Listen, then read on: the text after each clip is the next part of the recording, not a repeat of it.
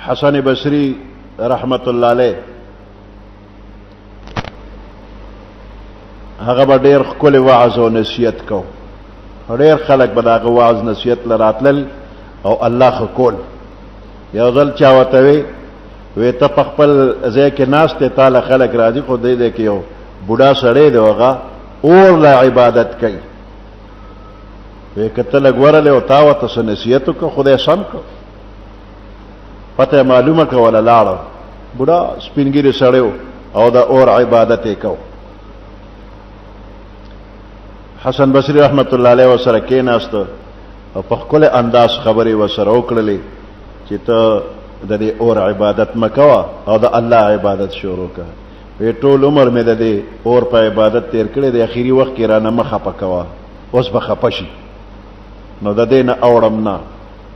ډېرې خبرې اترې چې وشي، اخر کې هغه ورته ګوره ته د دې عبادت کې دا عمر دی د په عبادت کې تیر کړه، د دې اور عبادت کې، خو ګورې دا اور به تا سوځئ. بوډا په قار شو، ولې تا به نه سوځئ سر چې ما سوځئ تا به نه سوځئ؟ هغه ورته نه ما نه سوځئ، تا به سوځئ. نو هغه ورته ده که نه ته لاس وروړه. دغه وخت کې حسن بصری رحمت الله علیه بس یو جلال کې راغلی او د اور په منځ کې لاس وټومبه او غټ انګار یې په لاس کې داسې اوچت کړ، ورته ونیوی، ها دا اور دی او زما لاس کې دی، زما لاس ته هېڅ هم نه وایي. بوډا حیران پاتې شو چې د خو بل اور په لاس کې نیولی دی، اور ورته څه نه وایي. اخر کې بیا د اور منځ ته هغه انګار وروغورځو. بوډا ته یې ویې که نه ستا خو اشنا دی، د دونه مودې نه وله عبادت کوې، اوس ته لاس وروړه. بوډا داسې چې اراده وکړه لمبې ته لا رسېدلې نه و چې تو پې ولګې رسه شو، دا خو تود دی، سوځول کوي. خیر یو ګوته خو وروړه، بې نشم سوځمه. لږ سوچ یې وکړه، حسن بصري ته وایي چې حسنه تا خو نه سوځئ، نو که زه کلمه ویم نو ما به هم نه سوځئ. وی او تا به هم نه سوځئ. وی دا اور به مې نه سوځئ نو د دوزخ هغه به مې نه سوځئ. وی بلکل به دې نه سوځئ. وی ته به مې ذمهوار یې؟ وی او زه دې ذمهوار یم. وی لیکلې به راکړې؟ وی بلکل لیکلې به درکړم. وی ښه لیکلې راکړه. حسن بصري رحمت الله علیه ورته ولیکل چې زه د دې بنده لپاره د دې خبرې ذمهوار یم چې دې په صدق باندې وي چې لا اله الا الله محمد رسول الله، نه د دنیا اور او نه د آخرت دته به هېڅ تکلیف نه رسوي. کاغذ یې واغېسته، وی زه کلمه راته ووایه، بس مسلمان یې کړ.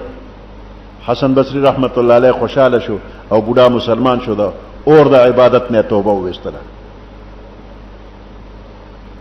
حسن بصري رحمت الله علیه کور ته راغی، د شپې سوچ کوي چې بنده د خدای دربار کې ډېر لوی خلک ذمهواري نشي اخیستی، دا ته څه شی چې تا دومره غټه ذمهواري واخیسته؟ حسن بصري د جهنم د اور نه د بچ کېدو د بنده ذمهواري د خدای دربار کې اخیسته، دا خو تا بېادبي کړې ده.